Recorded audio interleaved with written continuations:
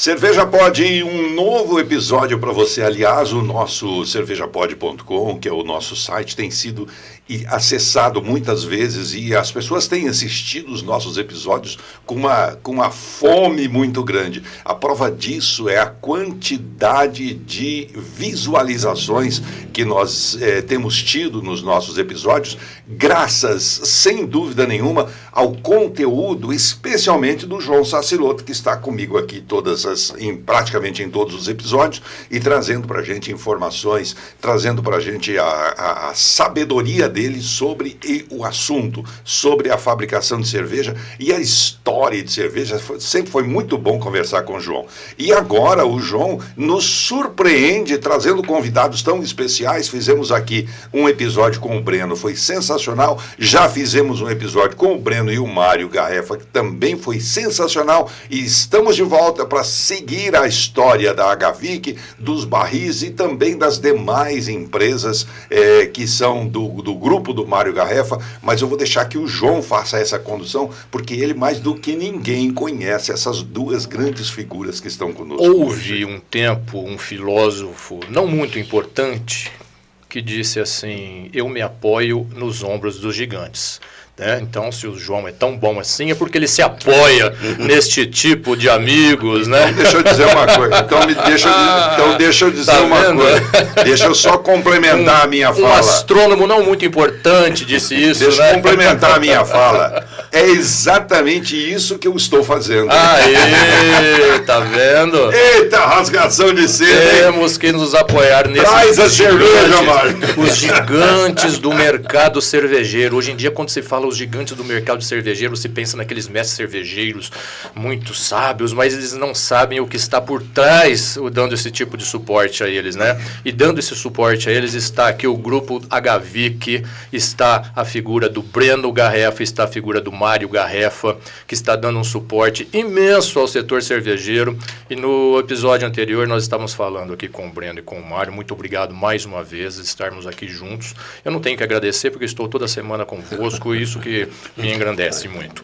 Enfim, nós estamos falando no episódio passado sobre o quão precursor foi o Mário Garrefa, o quanto ele participou da introdução no mercado brasileiro dos barris de inox, e hoje ele possui a fábrica Agavic, que é a única fábrica da América Latina que produz barris normatizados no mundo, tá? Aqui na América Latina, e está aqui na América do Sul, né? Isso. E estávamos enaltecendo aqui este fato. Ele estava contando fatos bastante curiosos para a gente. Dá uma olhadinha lá para ver como tudo isso nasceu, como é que eles participaram disso, como que o Mário fez, olhou para um barril, falou: isso é meu, e tocou para frente. Ô Mário, conta para a gente então esse restinho de história que você montou a empresa e logo em seguida essa empresa não se viu simplesmente fazendo barris. Você se vê hoje participando até de um mercado amplo de outros equipamentos que vai até o tratamento de subprodutos da cervejaria, que é uma parte importantíssima em qualquer tipo de indústria. Inclusive uma cervejaria, né? Sem dúvida.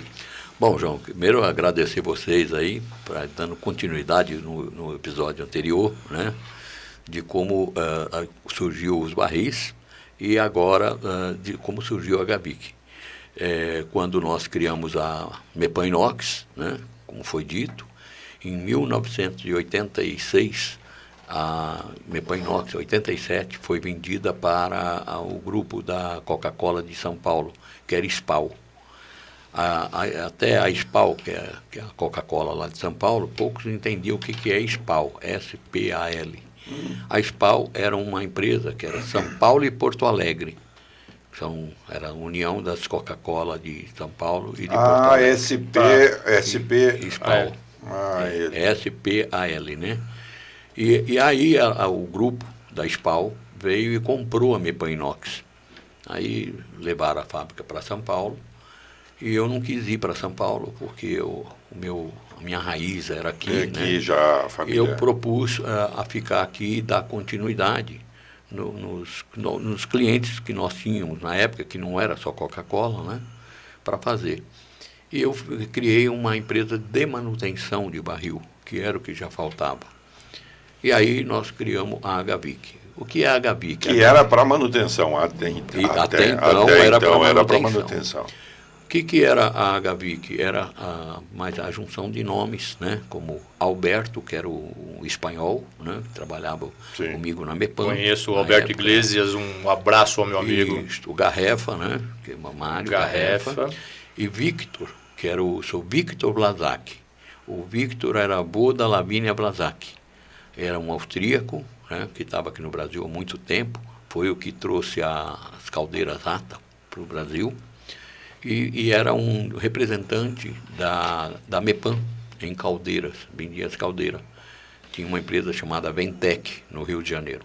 E o seu Victor veio conosco e nós criamos assim Daí surgiu o nome Agavic, né? Alberto, Garrefa e Victor. E tinha um outro menino que trabalhava com nós na produção, que era o Jonas Camargo. E como o C de Victor, a gente falava que o C era de Camargo. Né? E ele ficava feliz. Era uma das peças mais importantes que nós tínhamos da empresa, né? Ele que cuidava desenvolvia o ferramental. A gente chegamos a trabalhar 3 dias em cima de uma mesa, num ferramental, quer dizer, sem dormir, sem comer, comia na mesa. Essas coisas, essa foi mais ou menos a história. A juventude permitia isso, né? E a Agavic surgiu aí, aí começamos em 1988, né? Dezembro de 1988, é que a Agavic começou praticamente a fazer. A SPAL não deu seguimento porque ela comprou uma empresa americana completamente fora do padrão. Ela comprou, a nossa norma era Eurokeg, que é o que se usa no Brasil, os barris, e ela comprou o Ginkeg. O Ginkeg era a norma americana, que era um barril mais fino e maior. Quando ela comprou essa fábrica, ela percebeu que o ferramental dela não dava para produzir aqui. Não servia. Aí ela tentou corrigir esses barril, modificar, e ela acabou se atropelando um pouco e acabou fechando. Como diz o ditado, o americano não aceita desaforo, não aceita prejuízo, né? E no Brasil era muito difícil. E trabalhar no Brasil, naquela época já era muito complicado. A inflação 40%, é como a Argentina hoje. Né? Então não era fácil produzir no Brasil.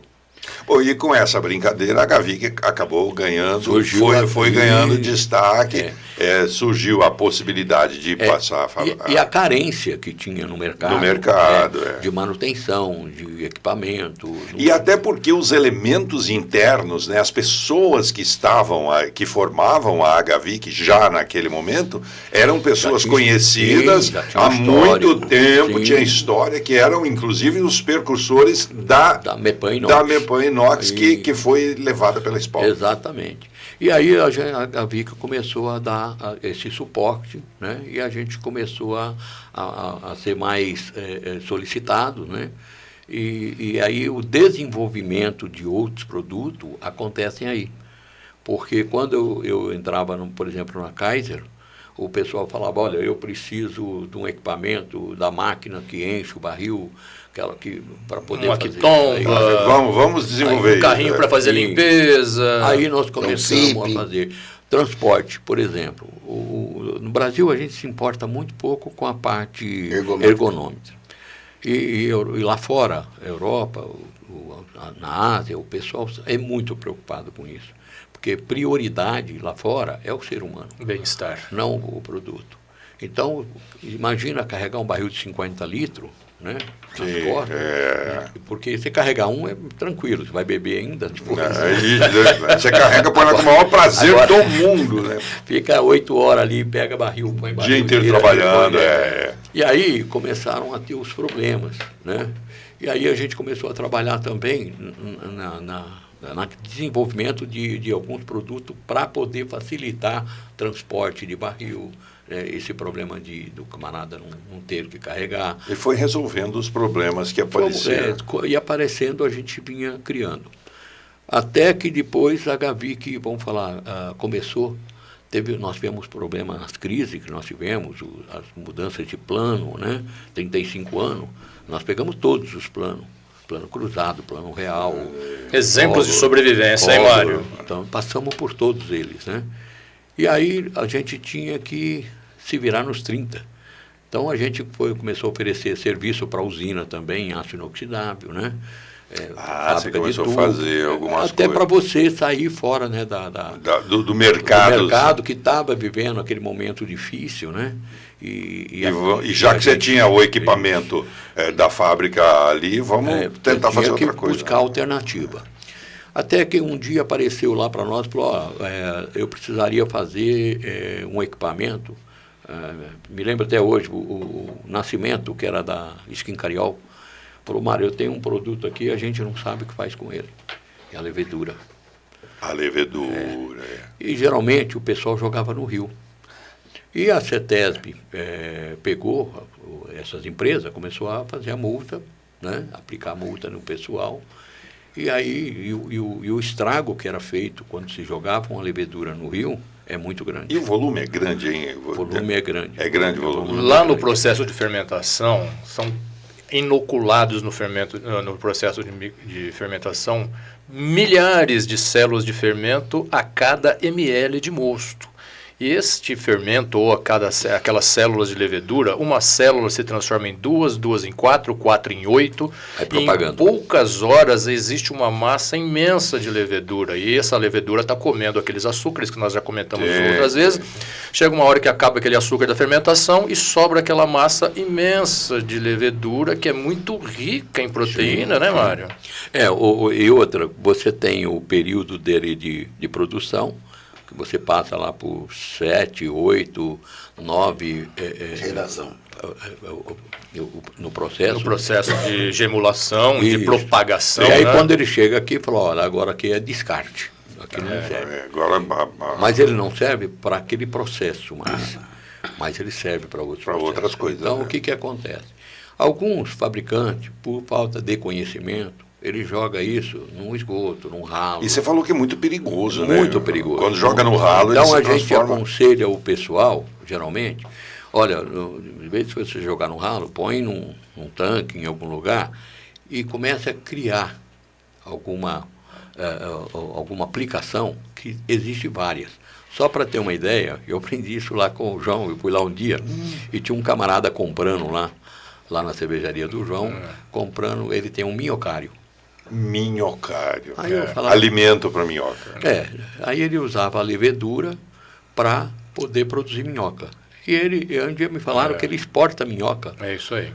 Porque aí, por que ele exporta minhoca? Porque minhoca é um dos maiores absorvedores de proteína. E essa minhoca, inclusive, que o cara exporta, deve ser uma minhoca esperta, né? Uma minhoca... que come a levedura cervejeira. Que ela come cerveja. Ela não está alcoólica. A minhoca. E o interessante é que você usa isso na ração. Sim. Então você pega a minhoca com aquele produto, porque aquilo que eu comentei no começo, ela tem, vamos falar, uma quantidade de proteína muito alta. E ela é um alimento bem interessante aqui. Mas se você deixar ele passar desse ponto, ele vira um veneno. Ele vira um veneno. Tão perigoso quanto ele é porque é matéria orgânica. A matéria orgânica, como nós morremos, e putrefa. Então, quando ele podrifica, aí esse é o risco. Aí ele fica então, nocivo. Por que o camarada, vamos falar, a minhoca, vamos falar interessante? Porque ela é inativa. Sim. Ela come a matéria orgânica e excreta o humus. Inativada nela. Sim. Então ela está viva. E ele, como que ele faz? Ele pega isto e aplica em ração. E aí você produz a ração para aproveitar as proteínas. Sim. Só para a gente ter uma ideia, uma levedura hoje de cerveja chega até 50% de proteína. Todos os complexos B. E isso as pessoas jogavam fora. Ainda jogam. Ainda tem quem joga. Jogam fora. Mas por falta de conhecimento. Tanto é que eu estou agora com o desenvolvimento de um equipamento para produzir bagaço de levedura, aliás, bagaço de cerveja e levedura. Estou criando uma ração nobre para animais. É um equipamento para fabricar a ração. Não, é um processo só para fazer o processo. É um processo... Em vez de você jogar fora o produto, você vai pegar esse produto, passar na máquina, inativar e embalar. É isso aí. Entendi. Secar, muito né? bom, muito então, em vez de você jogar fora, você vai estar criando isso aqui. Então, é o meio que a gente está buscando, porque a gente entende também que as microcervejarias só vão sobreviver se elas tiverem criatividade e se elas agregarem valor. E esse equipamento, por exemplo, que faz esse processo, é possível que uma microcervejaria tenha esse equipamento ou é conveniente as microcervejarias se juntarem? Este é um projeto até que o Mário está tentando se tocar, fazer um pool. Isso, para fazer esse tipo de descarte, Exato. não é bem um descarte, mas de reciclar, Nesse projeto do Mário, ele está do subproduto. Ele está tentando matar 2 coelhos com uma cajadada só, né? Atender os requisitos do meio ambiente e ainda gerar receita com subprodutos ricos provenientes das microcervejarias. Uma microcervejaria só, às vezes, também produz muito pouco resíduo. Talvez o resíduo. E várias microcervejarias podem estar participando de um pool. Exato. É porque o que você gasta de energia, às vezes, para produzir, dependendo do volume, é inviável. Não vale a pena. Não é. Mas você pode fazer uma espécie de cooperativa, né? Também. Eu vou dar mais ou menos um exemplo. Quando surgiu esse da levedura, que é o Nascimento me convidou, falou, tem isso aqui. E aí eu pensava, falei, não, daqui que eu vou levar. Aí eu peguei 100 litros, mais ou menos, deles, bombonas. E levou. E vim para cá e botei num secador. Eu lembro que a Tecnap tinha lá um secador pequeno, sequei, fiz a matéria, mandei fazer todas as análises. Fizemos análise, levantei para ver o que era que nós tínhamos na mão. E qual é a aplicação ideal. Bom, para a mistura de ração animal, já era muito interessante. Falei, bom, isso aqui já vale mais do que a cerveja. O lucro é muito maior do que a cerveja. Do que a própria cerveja. Então, vou dar um número para uma cervejaria maiores, né? Que a gente fala. 1 tonelada, vamos falar, de levedura, você entrega hoje por R$100. O caminhão ir lá carregar e levar embora. R$100 a tonelada. Como descarte. E às vezes vai ter período que você não tem nem vender 100. Você manda o cara carregar. Ele leva, não me dá nada. Não precisa limpa isso aqui para mim. Porque senão ele fica com um tanque de levedura refrigerando, né? Gastando Você energia. precisa trabalhar com 6 graus, 7 gerando graus, custo. né? E aí você descarta. Porque se ele não gastar energia... Se ele inativar, o que é inativar? Você secar ele, desidratar ele, você vira um pó. Sim. Você vai pegar aquilo você vai vender hoje, mais ou menos, na faixa de $1.500 a tonelada. Olha! Então... O que era um custo, exatamente, virou uma renda. Vira uma renda. E aí esse produto, vamos falar, é muito procurado no mundo inteiro. Hoje, para você ter uma ideia, a levedura de cerveja, você não encontra no Brasil quase. Porque o pessoal de fora compra leva tudo embora. Principalmente aonde trabalha com confinamento. Ele precisa da levedura, que é as proteínas que ele precisa. Quando o Nascimento me falou aquilo, eu fui lá e montei o projeto. Aí veio a empresa, a Destil. Então, eu criei a Destil, porque eu não podia fazer aquele equipamento dentro da HVIC. Aí nós começamos a fazer o secador de levedura. O primeiro secador de levedura foi feito em Petrópolis, né? Você vê, nem na esquina eu acabei fazendo. Em Boituva. Em Boituva, né? No Grupo Petrópolis. Grupo Petrópolis. E eu lembro até hoje que era o Kleber e o Sr. Walter, né? Mas o Kleber, que era o presidente na época, e o Kleber falava para mim assim, você está querendo dizer que isso aqui dá mais dinheiro que cerveja? Eu falei, se você, dentro das suas devidas proporções, sim. Claro. Dá muito mais renda do que a cerveja. Só que para ter ele eu preciso fazer a cerveja. O volume da cerveja é mais Aí nós começamos a estender. Aí eu falei, me traz o projeto, vamos ver. Aí eu comecei. Aí eu falei assim, nós vamos trabalhar em 3 fases. A primeira fase é desidratar a levedura normal, tá? Sim. Pego ela e desidrato. Tirar toda a umidade. Aí natura, vou lá e seco. Foi lá, secou, bonitinho, está aqui, e arrumou um comprador, né, na época, que comprou, fez um contrato, acho que de 10 anos quase com ele, para comprar o que produzia.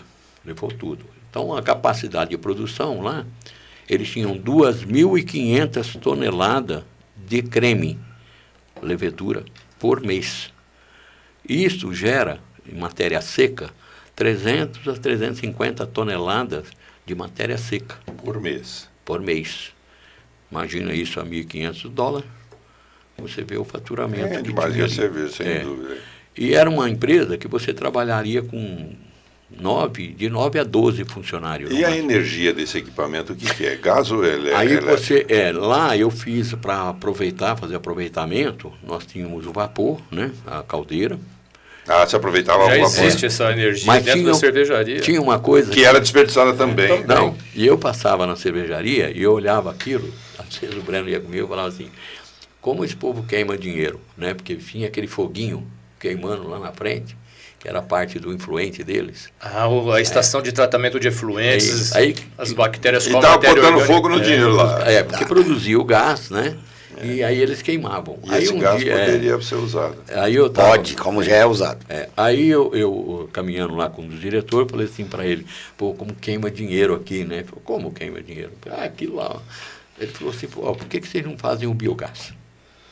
Pô, mas... É porque você está queimando, jogando uma coisa fora, produzindo calor que Exato. poderia ser usado para outra coisa. Produz o biogás por lá, mas e tem como? Tem, eu tenho empresas que vêm aqui e faz tudo. E outra, falei, o secador, a gente diminui o custo. Porque em vez de eu trabalhar só com vapor, eu posso utilizar a parte do Esse biogás. gás, E aí foi o que aconteceu. Aí eu fiz um sistema misto, né, que eu uso a caldeira para até 70 graus e depois entro com gás e vai a 220, 230 graus. Porque a caldeira deles também não me atendia.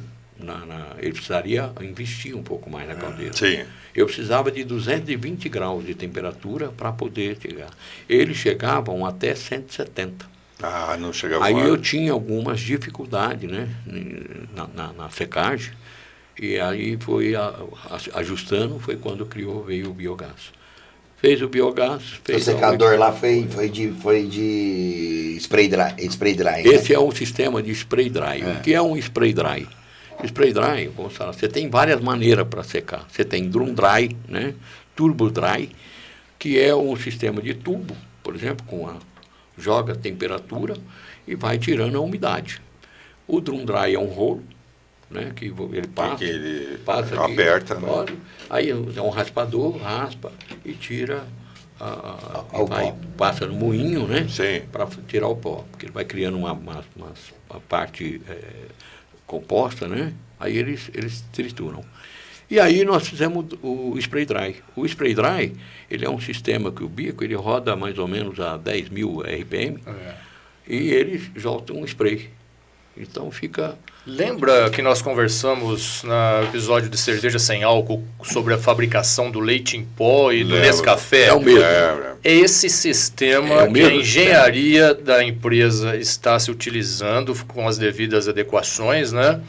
Para poder transformar subprodutos de grandes indústrias em produtos nobres, né? Você Sim, também sim. está fazendo uma coisa que o cervejeiro faz. Tem um ditado que o cervejeiro é o cara que transforma a comida de asnos, que é a cevada, em alimento nobre, que é a cerveja. E vocês estão fazendo também, pegando subprodutos de empresas para transformar em poder produtos transformar. nobres. E agora E qual que é a aplicação dessa proteína da cevada, da levedura? Cosmético também? A proteína é 50%, 49%, Então a 48%. aplicação, o João fala, Aí não, que- a ela aplicação aplica- pode então. ser. Não, e aí eu vou chegar. Quando eu falei que eu fiz em 3 fases o projeto era o seguinte, você seca ela in natura. Então, o que é a levedura? Vamos só para fazer um parâmetro. Você imagina uma bola aqui, dentro você tem uma outra bolinha, né? Então você tem uma bola aqui e a outra bolinha aqui. Em volta álcool, certo? No meio ali das duas. Sim. Essa parte de fora a gente chama de parede celular. Membrana citoplasmática, isso aí. No Pareceu. meio a gente chama de núcleo. O núcleo é o que dá a paletividade. Então, você vai pegar ali qualquer alimento artificial, eles utilizam extrato de levedura. Sazon. O núcleo é o extrato. Sim. Se você vai fazer sorvete, alguma coisa, você usa os extratos de levedura. Ração animal para cachorro e gato, ele tem que ter extrato de levedura. Se não tiver extrato, ele não come, porque é o que dá a paletividade. Então, a sensibilidade de cachorro e de gato é Através É a palitividade deles. E eles, para sentirem a ração, você precisa do extrato. Então, o extrato tinha várias aplicações. Isso na indústria de alimento, e depois você tem ainda na parte da cosmética, medicina, né? Na medicina, saúde, na indústria farmacêutica. Complemento alimentar também, né? Porque é a levedura alimentícia, Sim, né? Está tão em moda, né? Esses complementos alimentares hoje em dia, né? Você pode pegar no rótulo, tá lá escrito os extratos de fermento. Igual os ômega 3, né? Então você vê que o caminho para você de desenvolvimento é muito grande. É muito grande. Você tem, então você tem assim, você tem inúmeras aplicações. Inúmeras. E aí você agrega valor. Então você pegar o seu bagaço, a sua levedura que joga fora, eu não preciso de um secador. Eu prefiro se eu num forno, eu acabo aquecendo, se eu misturar aqui o bagaço, prensando ele. Prenso ele, elimino a parte da água. Da umidade. Aí eu pego a levedura, misturo, só que tem que ser com, bem distribuído, elaborado, né? Bem elaborado, porque levedura, o risco é o excesso. Sim. Você acaba estourando o baço do animal. Com o excesso de levedura. Exato, com excesso de levedura. Porque tão rica ela é em proteína. Então você tem que pegar lá um nutricionista, vir aqui, pegar o bagaço, desenvolver, vai usar aí de 6 a 8%. Mas você já tem hoje essa tecnologia, né? Esse para seca, para secar... Estão desenvolvendo mais. Eu estou tentando desenvolver para um número menor. Por exemplo, tem muitas micro cervejarias. Fazer um equipamento que o camarada põe lá e aquilo que ele produz, ele põe ali. Só que é juntando, né, pai? Até a água do bagaço da cerveja é muito importante, é muito rico. Esse que o Mário fala, ele vai pegar o bagaço e a levedura junto e vai secar os dois juntos. Tá. Não vai ser só um papeletizar e deixa guardado. Aí você embala, e porque está inativada. Inativada. E ele tem um período também de uso, tá? Vamos falar, você tem 6 meses, 8 meses. Não pode guardar muito tempo. Não, porque ele começa a própria... o ser vivo começa já... Você pode misturar depois com milho, com palha, com outros resíduos. Mesmo estando congelar em temperaturas baixas, ele... Não, aí você não precisa de temperatura baixa. A finalidade da secar é justamente eliminar ou inativar ela. Tirando a água. Aí você já economizou uma quantidade de energia. Porque para você manter um bagaço hoje, a levedura, em sistema frio, o custo é alto. É muito alto. E aí não compensa. Por isso que o pessoal descarta. Né? Então a gente buscar uma solução para isso. Então você tem vários produtos que ele acaba encarecendo pelo processo que ele tem que passar. Ele tem que ficar em temperaturas baixas. Uma microcervejaria produz quanto de... não dá para falar em números. Isso depende muito das vendas, não é pelo tamanho dos tanques, é o quanto ele vende. É que as grandes cervejarias produzem volumes altos o ano inteiro, então ela tem uma produção de volume. Mas as grandes cervejarias já têm esse... Algumas, né? Algumas. E outra coisa, não é uma coisa que nós estamos buscando lá fora, não. Ao contrário. Você está desenvolvendo. Foi desenvolvido aqui no Brasil. Tanto é que lá fora busca isso. Eu tenho várias empresas da Alemanha, essa de Waltenburg mesmo foi uma, que falava para mim, você tem condições de vir aqui para a gente montar o projeto? Eu falei, para mim aí é um pouco complicado, né? Eu falei, mas tem como a gente desenvolver isso no Brasil e te passar aqui, né? Montar um projeto e indicar aqui as empresas, que orientar. Então, ficou a gente fazer um estudo para poder fazer. E volume, por quê? 2.500 toneladas é uma cervejaria considerável. Então, para viabilizar mais ou menos a operação. Porque senão, se você fizer abaixo de 1.000 toneladas de creme, inviabiliza já. E no ritmo que está andando aí o projeto, no ritmo que está andando o desenvolvimento, você acha que isso vai começar a beneficiar as microcervejarias? Beneficia, quando? Você acha que vai ser possível?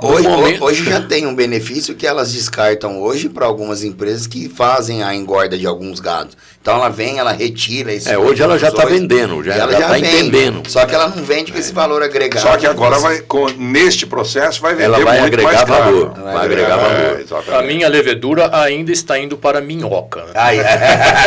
Cada uma cervejaria tem uma oportunidade e um parceiro próximo que vai buscar, porque ela tem que ser retirada rápida, né? Porque ela podrifica de um dia para o outro, né? Então aí para manter isso é muito caro, né? Um detalhezinho que a gente fala, eu vou falar de uma outra empresa que nós temos, a Fox. A Fox é comércio de sobras industriais.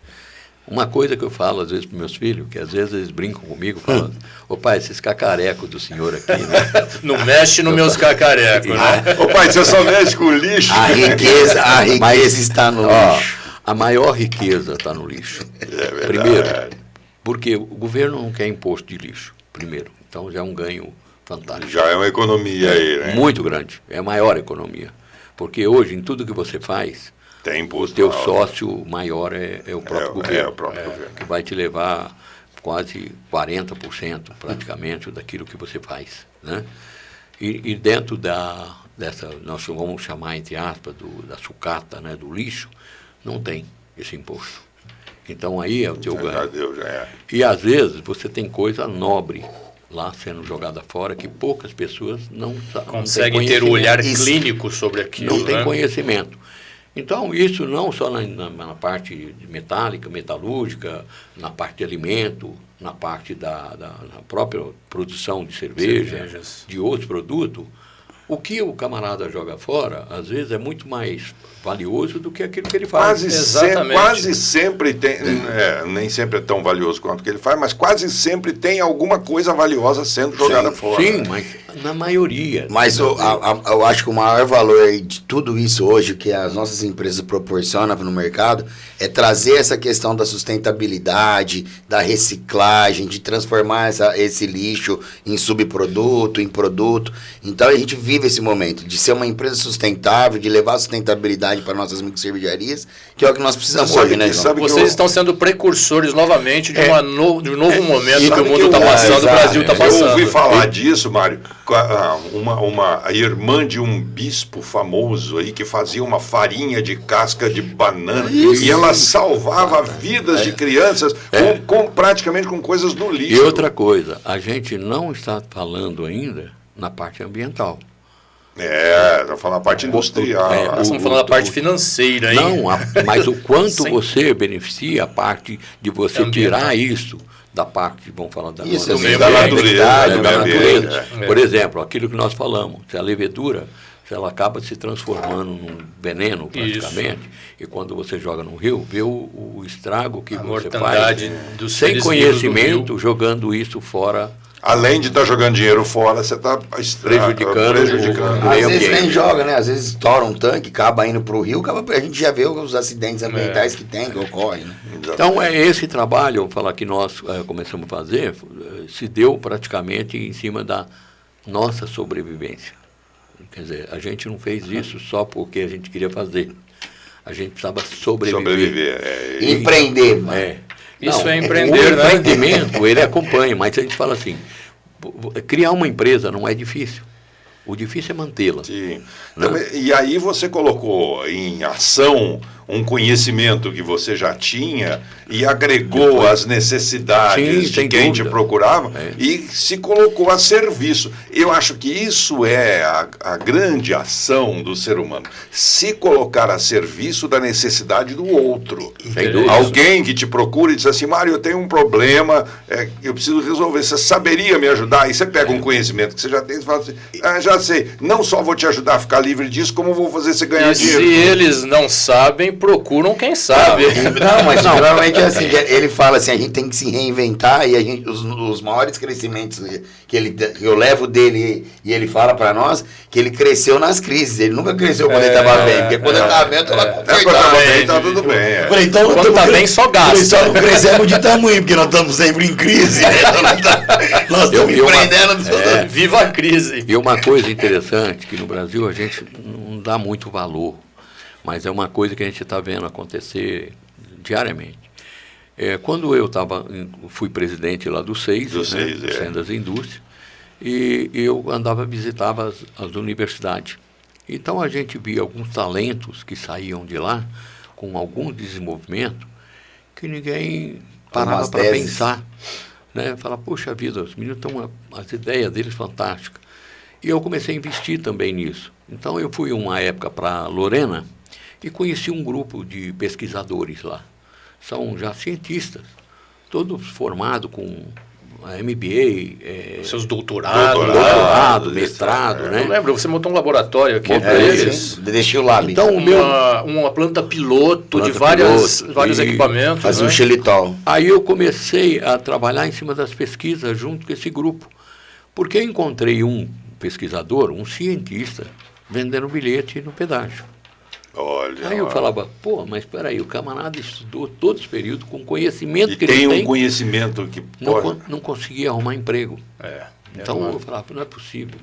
Aí ele tinha esse grupo, na época eram umas 6 pessoas. Aí eu trouxe esse grupo para dentro. A ideia era levar para dentro do SEISE, que chamava BioX, essa empresa. Eu falei, levar no SEISE para fazer desenvolvimento para a indústria. Tanto cervejeira como agrícola. Como eu estava saindo do SEISE e ninguém tinha, meu pensamento, a visão que eu tinha não era favorável àquilo, eu acabei trazendo esses meninos para dentro da empresa sua. Da empresa sua. Aí eu fiz uma ajuda de custo para eles, aluguei uma casa, pagava as despesas e começamos a desenvolver. Foi aí que desenvolvemos o xilitol.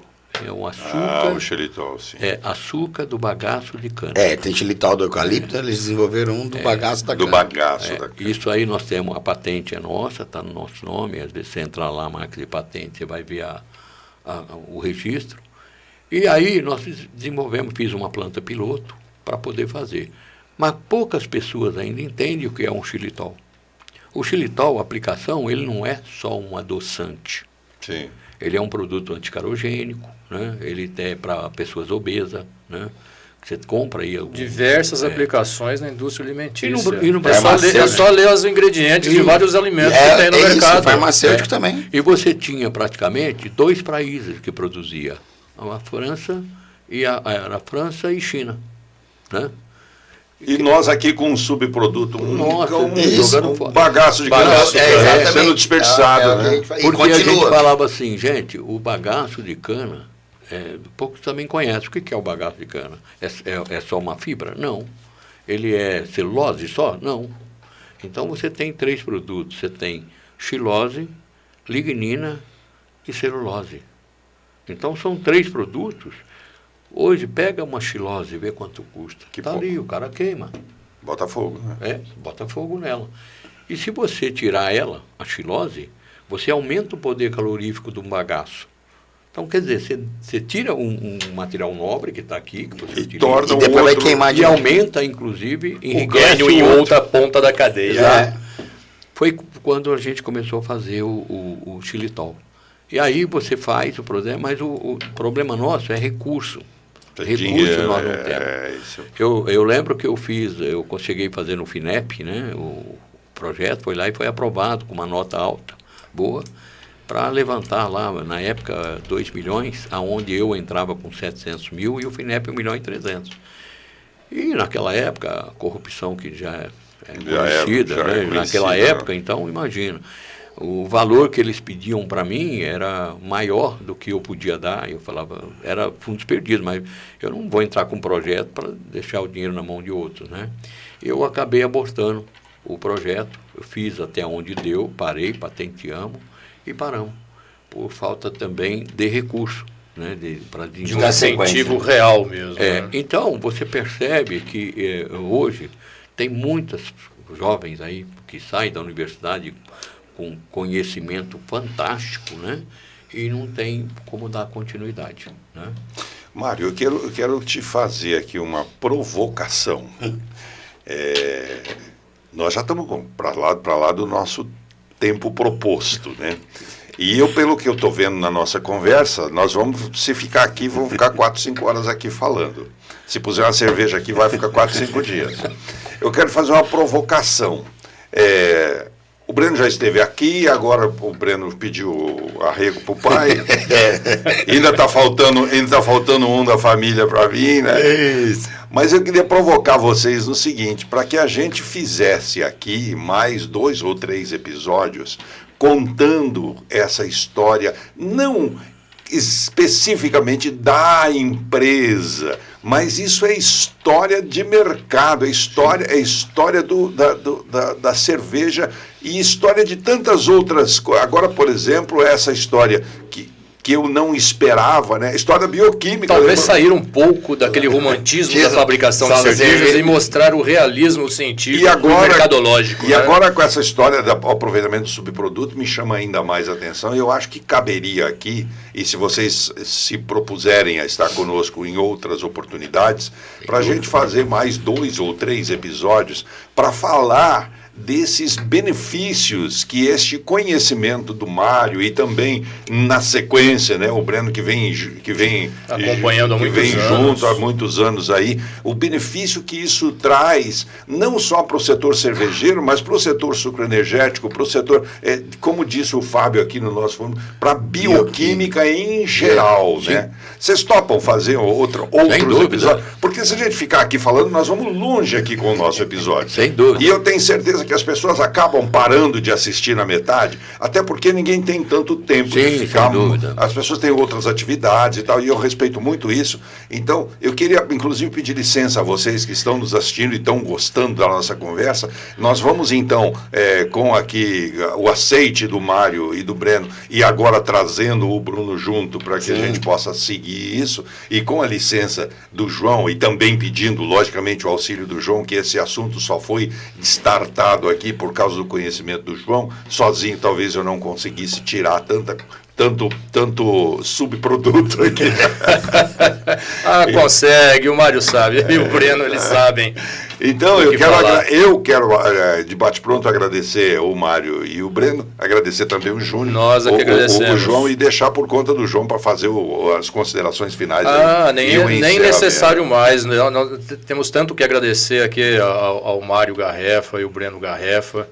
Eu agradeço a eles sempre, como já disse, durante várias semanas, e nós estamos sempre juntos.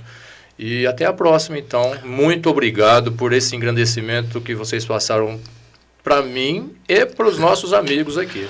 Para mim também. Você não tem desculpa. Ouvindo que a gente aprende. Não tem desculpa. Eu que agradeço vocês, até para... É muito importante a gente estar colocando o conhecimento que a gente também adquiriu, né, durante esses anos todos aí, trabalhando, para poder estar colocando para as pessoas que vêm acompanhando também, porque com certeza aquilo que nós falamos, sempre tem alguém que fala, puxa, eu precisava tanto ter ouvido isso. Ou então dizer assim, nunca fiz ideia, né? Eu não fazia ideia que isso era possível. Né? E aí você tem, e quando, vou falar, eu fiz uma palestra numa universidade sobre esse tema, que é aquilo que você falou, João, cerveja, o pessoal está preocupado em fazer cerveja, o cervejeiro conhece ali a cerveja, mas por trás daquilo ele fala, isso aí eu não faço ideia que existe esse tipo de meandro. Tanto é que era uma discussão, né, quando veio a levedura do cervejeiro, não, mas você vai mexer no meu, não vou mexer na sua levedura. Eu acho interessante até que agora com essa sua fala, eu percebo assim, que as suas empresas atuam no antes da cerveja e no pós-cerveja. E aqui nesse centro da cerveja tem várias pessoas atuando, e agora você está atuando também aqui. E nós trabalhamos também na cerveja. Então, isso que eu estou dizendo. Agora você está na cerveja. Antes, durante e depois. Eu, por enquanto, eu estou só consumindo o durante.